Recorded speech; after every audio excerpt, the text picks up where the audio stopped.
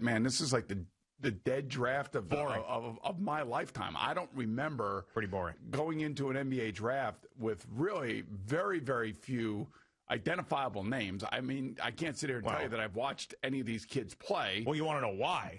Because there was no March Madness. There was none of that stuff. Exactly. So it's hard to really get a handle on what's going on here. And I got to believe that this has been hard for all the scouts and for all the general managers trying to figure out which one of these players is going to fit, their roster and whether or not there's going to be more trades in this NBA draft than in past years simply because of the unknown of the players that are being drafted. Yeah, so we fall in love with players during the NCAA tournament. Sometimes those guys end up being the top of the top. Sometimes they don't, and they'll fall, and then you want to see how they do. I mean, I remember, at Gonzaga and Adam Morrison. I remember him and watching that guy and then seeing where he ended up in the draft. You fall in love with guys that are like way down the draft. But with this one, it's like you got LaMelo Ball, the Ball family. Right? You understand him. I mean, they're all saying he's obviously the best of them all, but I don't, But you know him. You've talked about him. You wanted him as a member of the Knicks, and then the Knicks ended up 8th, and that was the end of that, right? I wanted him for the Knicks just for the sheer pleasure of it all. Sure. So you know him. Outside of that, I mean, James Wiseman we barely saw because he ended up getting suspended when there was college basketball. Didn't go back to school. Didn't go back to school, and then there was absolutely no tournament. Anthony Edwards is another guy you really haven't seen a ton of. So, I mean, it's just it is a weird draft. And with the Knicks, you're thinking whoever gets picked before them or right after them is going to the Hall of Fame. Right, exactly. So that's the feeling that you have going into it. And you're right, it isn't all that exciting. And for anybody to say that whoever the Knicks pick tonight, they know one way or another is just completely lying to you. They're lying to you. You don't know. You don't know if he's going to be a star. You don't know if he's going to be a bust. For all of us Knicks fans that have seen this now with Frank Ntilikina, we've seen it with Kevin Knox, we've seen it even with R.J. Barrett, we're just going to assume that everybody ahead of the Knicks that gets picked is going to be a star. There's going to be a bust with the Knicks, and then 4 guys behind the Knicks are going to be stars. That's what we're going to assume because we're conditioned to think that way. But maybe this is the year. Maybe because they're not at the top of the draft, they end up falling into a superstar. And even if I start getting great reports on whoever the Knicks take about being the next thing, I'm not going to believe it. Because do you remember Summer League Kevin Knox? Summer League Kevin Knox was an ass kicker. That guy was unbelievable. I even remember Bill Simmons, who hates the Knicks and is like a noted basketball nerd. He tweeted out, "Congratulations to the Knicks on Kevin Knox," and didn't do it facetiously or sarcastically. He said, "You guys got a player." We don't have a player. I mean, the guy's a complete bust. He's done nothing as far as getting better. He doesn't play defense, doesn't seem focused, and he's going to be a guy who's gone in a couple of years. So if you not don't know. This year. If not trading. Biggest crapshoot in sports. Right. I mean, even more so that the NHL draft has turned into more of a sure thing than the NBA draft. You feel better about the guys. And I never thought I'd say that. It is the biggest crapshoot in sports, but it'll still be fun to see who the Knicks end up with at 8. Well, the big question is, are they going to trade the pick? Well, maybe. And they could trade down. They could trade down. They could end up trading for Westbrook. Now, it says that Houston may not get rid of either one of their stars, depending on, what the packages are offered coming back to them. But I think you're right. If there's a NBA star that doesn't want to be in a place, he's going to go. And, kind of interesting. I was looking at some of the Twitter reports yesterday, and it was back and forth. And then all of a sudden I saw a Robert Raiola, the tax man. Oh, yeah. He's known as, put a tweet out there talking about if James Harden comes to play for the Brooklyn Nets, his taxes would go up $14 million. Well, it doesn't seem like he cares all that much, though. He has to at least know that things aren't going to be the same financially for him, and he wants to get out of there. Now, you saw TMZ report that, maybe the Tillman Fertitta ties to Trump is a reason why he wants to get out of there. I don't necessarily think that's it. Not that I know, but what it is he doesn't want to go through a rebuild. He's got 2 buddies in Brooklyn that are saying, "Come here, let's win a championship," like all our other friends that are teaming up to make Voltron, and let's go win a championship. That's what he's thinking. I want the Knicks. I said I wanted the Mets to kind of mimic the Dodgers. Sure. And it sounds like that's what Sandy Alderson and Steve Cohen want to do. So it's not just about signing free agents and making trades like for guys like Mookie Betts who turn out to be difference makers. Yeah, we want that. There's no question about that. We want to spend that money. It's his money, and we want to see that at the major league level. There is no question about that. But what I want to see is I want to see sustained excellence over the life, of the next 20 years. And in order to do that, you have to invest money in other areas of the organization. I do believe that Steve Cohen's definitely going to do that. And I believe that Sandy Alderson is in the middle of trying to build that. Whether it be with Theo Epstein or Mikey Chernoff or whoever it may be, he'll get a top-end general manager in here. Maybe you trade for both Mikey Chernoff and Francisco Lindor, and you bring them both in. Yeah, that would be interesting. And we have not heard from Chernoff all week on anything. He's been like totally silent. Yeah, so that to me sounds like there might be something going on. Obviously, you saw some reports yesterday that they did want to talk to him. So we'll see. I know we got a meeting with Chernoff every Thursday. That's all we're going to talk about is that with him. We're going to make him feel uncomfortable for the half hour, 45 minutes that we're on that Zoom call until we get an answer, because we're going to need an answer from him. But, yeah, I understand what you're thinking. And, the Knicks, it's been so long, so bad. They've lost an entire generation of fans, and this new regime comes in, and they know that. That's why they hired guys other than just basketball people. They got a great basketball coach who's had success in the past, but they bring in guys like Steve Stout, and they bring in guys like Worldwide West and Leon Rose, who really isn't a basketball guy. He's an agent. They haven't done anything other than hire a coach. Well, so that's the type of guy that they're bringing in. And what they want, I think what they want, and even Thibodeau apparently is on board with this, is they want to bring in a brand-name superstar to show people, not just for the entertainment value of the Knicks, and that's a trapping that they've fallen into in the past, but to show the rest of the NBA we can treat a superstar like gold. You can come here in the future, and that's going to be a mistake. You know what's unbelievable is that every hockey player, I don't want to say every hockey player, I would say a lot of hockey players would love to wear the jersey that's over your left shoulder there, the New York Rangers jersey. Oh, yes, right. Everybody thinks of the New York Rangers organization as a great place to play. Players get treated wonderfully. They have a fantastic practice facility up in Tarrytown or Greenberg, and then the Knicks share that practice facility. The thing that I think, believe it or not, this is how idiotic the NBA is becoming. The reason why players don't want to play for the Knicks is because their facility is not in New York City. You have Brooklyn in Brooklyn. So they could all either live in Brooklyn or they could live in Lower Manhattan, Tribeca, Soho, NoHo, anywhere in that area. They want to live in the West Village, the East Village. They could do anywhere, and they can easily get to Brooklyn. Because of the practice facility up in Greenberg and Tarrytown, which is really a gorgeous area. I mean, a beautiful area. You're telling me that Knicks or superstars don't want to come play for the Knicks because their facility is outside? I don't think so. Well, that's what I've been reading. That to me is ridiculous. Well, that's why I bring it up, because that's how idiotic it is.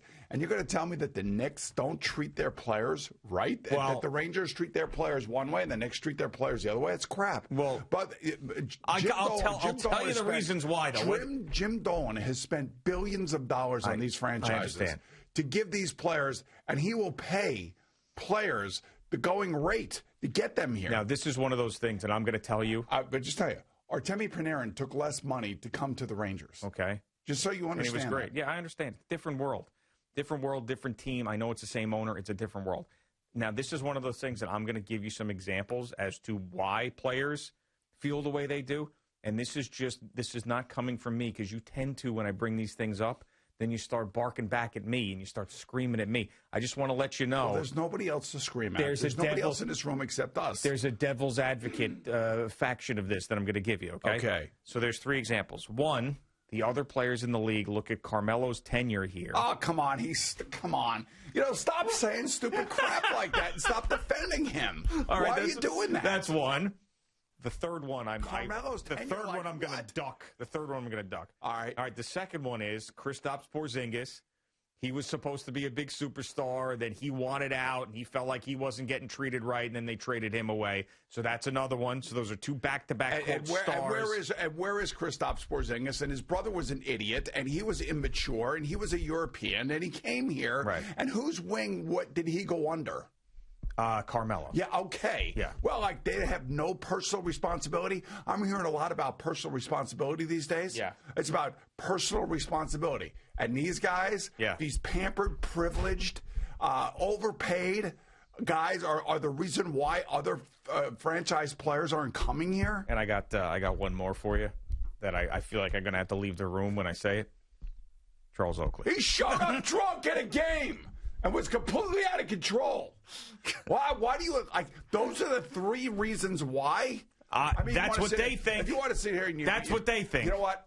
They're thinking wrong. Again, it's all like if that's what the players think, then that is sad. So each player should look at every opportunity and how it works out for them. And if a player like, say, I don't know, a James Harden, I'm not advocating this, but if a James Harden or a Russell Westbrook or a Chris Paul, if they came to the Knicks, they would be treated like royalty. For sure. They would be 100%. The organization would treat them great. The fans would love them. And the fact that you gave me those three lame-ass excuses why... That's what the players believe. No, I'll tell you why. I also believe that players don't want to play for the Knicks because there's too much pressure for them. And they want it easy. This is why Durant and Kyrie Irving want Harden, because they want to make it easier for themselves. Putting the big three together is easy. Patrick Ewing had it hard here. Did he ever really have a truly in-the-moment, high-end superstar? No. He had good, solid players. He had the Larry Johnsons of the world. He had the John Starks, who was like a junkyard dog. You want guys like that. There's no question like that. You need guys like that.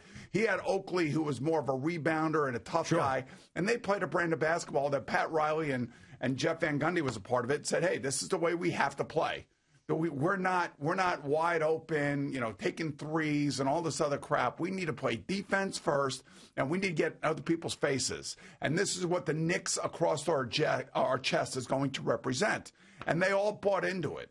Now all of a sudden, these three lame-ass excuses that you gave me is ridiculous. Well, because, I believe that if you come here, they would be treated with nothing but respect. What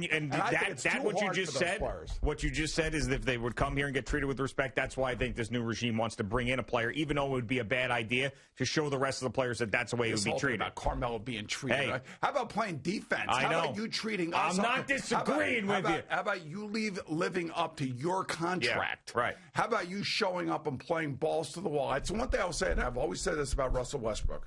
That guy, now I know he's going to be 32 years old, and I don't know how much that's going to affect him moving forward, because the older you get as an athlete, most often, you start making business decisions to make sure that your contract, that your career is going to continue, that you're not going to be the maniac that you were when you were 25 years old, diving down the middle of the lane and running into timber trees. So all I know is that Russell Westbrook has always given his all. I always feel like when I watch him, I get my money's worth. Even if he has an off night, I know he's not a great shooter. He's a driver to the hoop. He plays defense, and he's a guy that actually I could get behind just because I know he's going to give me effort. Yeah. Half of the problem with the Knicks players that they have brought in here, the effort sucks. You would. And they finally had it when, they you wouldn't love Russell Westbrook. They overpaid. They overpaid for Amari Stoudemire, and they felt like they had to because they're the Knicks, and we have to have a star, and we have to, and they gave him 5 years as opposed to the Phoenix Suns who wanted to give him 2 years because they knew his knees were not going to, make it through 2 years. So you want Russell? Take a breath here. You want Russell Westbrook? I'll tell you, I want somebody with some balls around here. Okay, but what's that? So now you're going to be paying that guy $40-something million a year for the next couple of years. Again, what? If you're telling me that if you're telling me that they brought in Steve Stout, Worldwide West, that's what I think Leon they did. Rose, right? To attract a guy like that, that's what I think. I'll take that guy because you can't get any other guy. Who's another guy you're going to get? Not right now. There's nobody. I mean, free agency, Fred Van VanVleet's about the best guy that you can pick. That's the only guy that I would say would be that superstar status with the name recognition would be Russell Westbrook. Yeah. And I also think that Russell Westbrook would have the balls to do it. I could see him coming here knowing that, I'm not going to the playoffs. Maybe I can lead my team to the playoffs. Maybe I can get an 8 seed. But, my God, I'm so sick and tired hearing about how Carmelo was treated. His ass was kissed when he was here by everybody. And one thing to that point about the NBA player and the asking. How about the way they ran freaking, what's his name? Can you hold on Jeremy Lin out of here. Yeah, right. How about they ran him out of here? Carmelo did. I'm with you on all that stuff. So I don't want to hear about how somebody was treated. Well, okay, I got you. That makes me sick. I know. Well, this is another thing. This is why I can't stand it. This is another thing that makes me sick, is how every player gets their way when they want to get out. And I want one time for the Houston Rockets or whoever it is, and right now the spotlight on the Houston Rockets, I want them to say, no, we're not doing it, and making his life uncomfortable. Now, I know it's going to be tough because he's going to bitch, and then he's not going to show up to practice and this and that. Just once take a hard line. And I know that's going to make your locker room miserable, and you're going to be the talk on every talk show, and everything's going to be horrible for you. But somebody has to stop this trend. Somebody has to show the leverage that you actually have and take it away from the player a little bit, because he's 2 years under contract. Find the hell out of him. Be the bad guy, because in the short term, it's going to suck for you. Excuse me. Jeez, I almost choked on myself. In the short term, it's going to suck for you, but in the long term, maybe you could take some of the power back. Maybe you can get to a point where the player... It's not happening. Well, why not? Because the players... Why not? Because it's too far gone. I don't think that it is. Once you give a certain amount, then you're not getting it back. And the only way that the NBA commissioner and the owners actually finally put their foot down and said, hey, fellas, we're starting December 22nd. Yeah. You want your money? Show up December 22nd. And LeBron was bitching about this left and right. What would you do if you were the owner of the Rockets? You know what? I don't know the whole situation. Because I'll tell you what you would do. This is what you would do, because I know you. And you would say, screw you and where you want to go. You're under contract. We just offered you. We have done everything to make you happy. Everything. And now on top of it, we're offering this contract that is unprecedented in the history of the NBA. So you're going to play here, and we're building around you, and you're not going to complain about it. And this is our leverage. You are under contract to play basketball for the Rockets, so zip it and do exactly that. Yeah, that's what you would say. So I think what Tillman Fertitta and the Rockets did, they were very smart about it, because they don't want to take the hit from their own fans. So what do? They say, hey, we offered him a 2-year contract extension, and he turned it down. Yeah. So now they can go to their fans and say, he's the one that wants out. We want to keep him. Yep. So now it's a game. It's a political game. It's in the papers. It's in the news. And I don't know. I don't live in Houston. I'm not really sure what the hell's going on there or why, the Beard feels that way. And of course he wants to come to Brooklyn, and of course he wants to make it easy for himself, and of course he wants to see if he can get himself a championship by aligning with 2 other superstars who are mercurial at best. Sure. The three of them together would be one hell of a ride. I still think it would work. I'm one of the people that thinks it would work.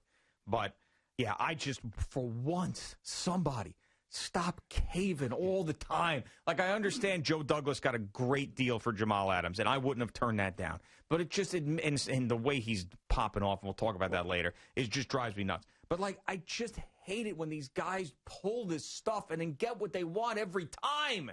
It's like, show some stones one time, one of these organizations. And this whole thing now that has happened in the NBA with these superstar players, it has now infected the NFL. And the NFL, you're starting to see it there too. And then they're winning all these battles all the time. Yeah, the only difference is the NFL doesn't really have guaranteed contracts. And Jamal Adams, with him popping off in the way he's playing, in a way, now he's a part of one of the worst defenses in the history of football. Thank you for watching. Please like, comment, and subscribe. And don't forget to hit the red bell so you're notified when we have new content.